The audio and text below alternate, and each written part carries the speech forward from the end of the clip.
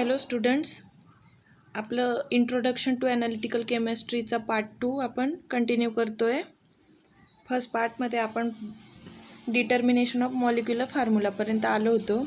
आता next point आहे त्यावरचा प्रॉब्लेम की पर्सेंटेज कंपोजिशन आपण कसं काढायचं, इम्पिरिकल फॉर्म्युला कसा काढायचा ते आपण बघू. प्रॉब्लेम दिला आहे, a compound contains 4.07% of hydrogen, 24.27% of carbon and 71.65% of chlorine by mass. Its molar mass is 98.96 gram. What is this empirical formula? आपल्याला empirical formula काढायचा आहे. atomic masses of hydrogen, carbon and chlorine are. त्याचे atomic masses दिलेले आहेत.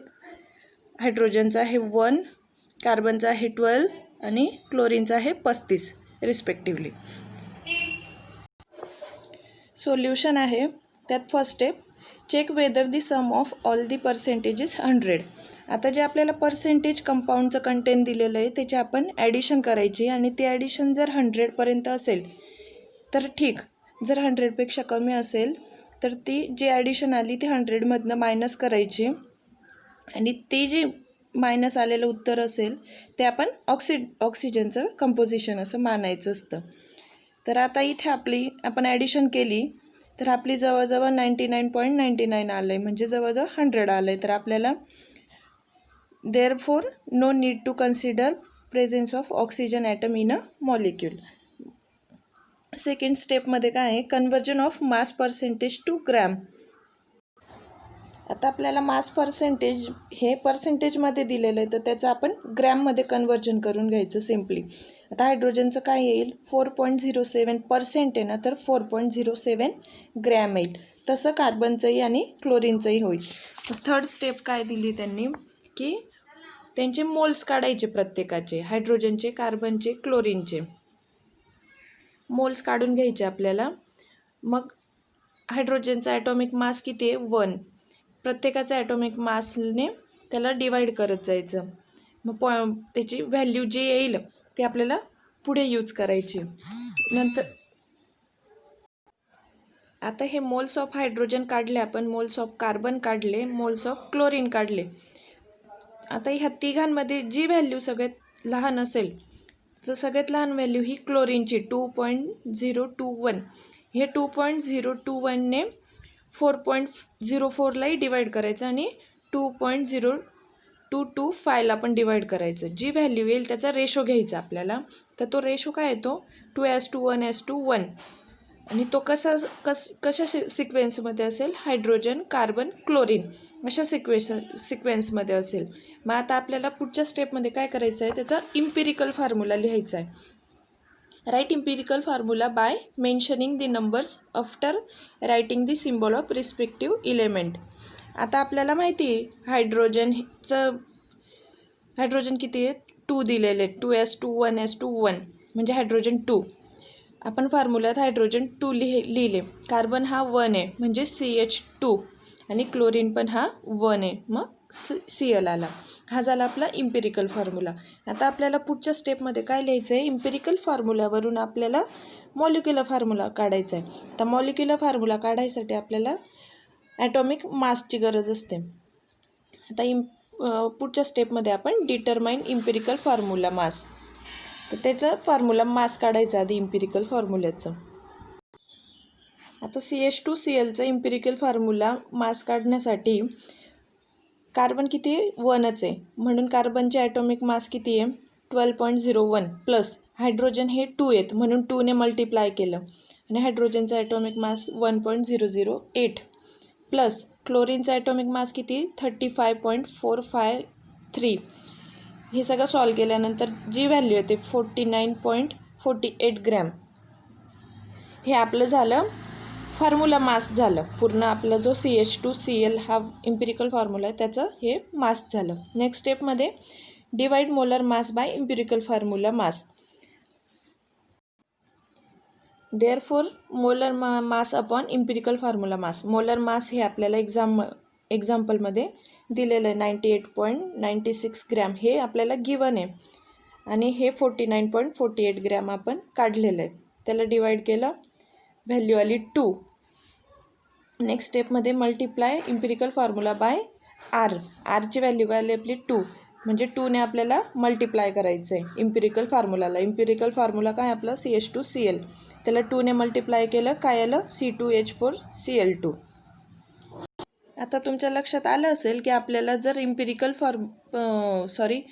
कंपाऊंडचं content माहिती असलं तर आपण त्याच्यावरून इम्पिरिकल फॉर्म्युला काढू शकतो. आणि इम्पिरिकल फॉर्म्युला जर माहिती असला तर मोलर मासच्या मदतीने आपण मॉलिक्युलर फॉर्म्युलाही काढू शकतो.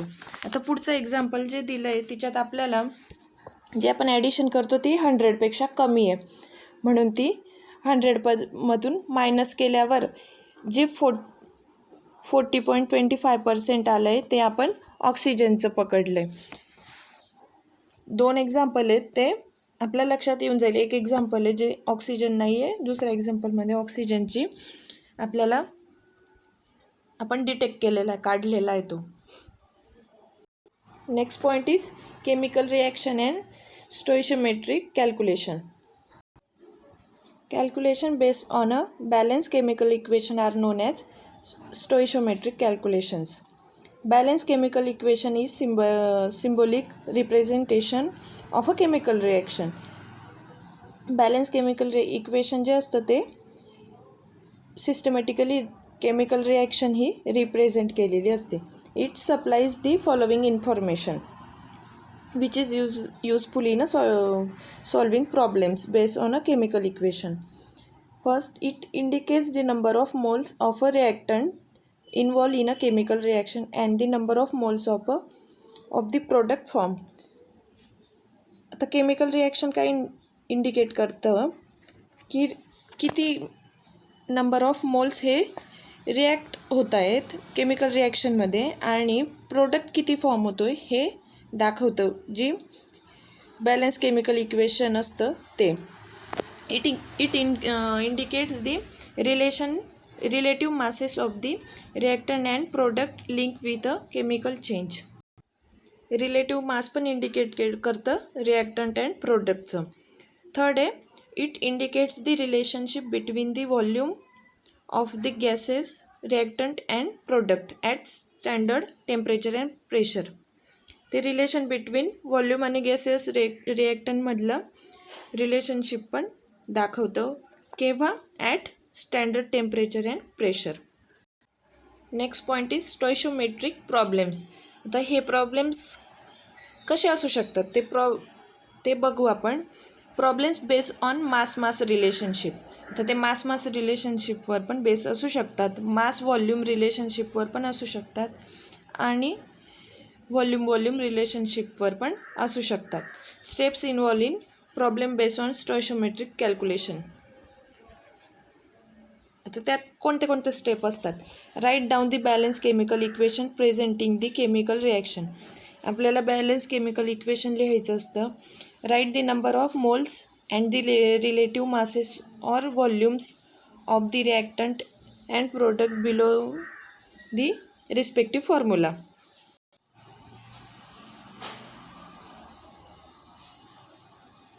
प्रॉब्लेममध्ये तुम्ही बघू शकता की बॅलन्स केमिकल इक्वेशन लिहिलेलं आहे. CH4 gram plus 2O2 gram CO2 gram plus 2H2O.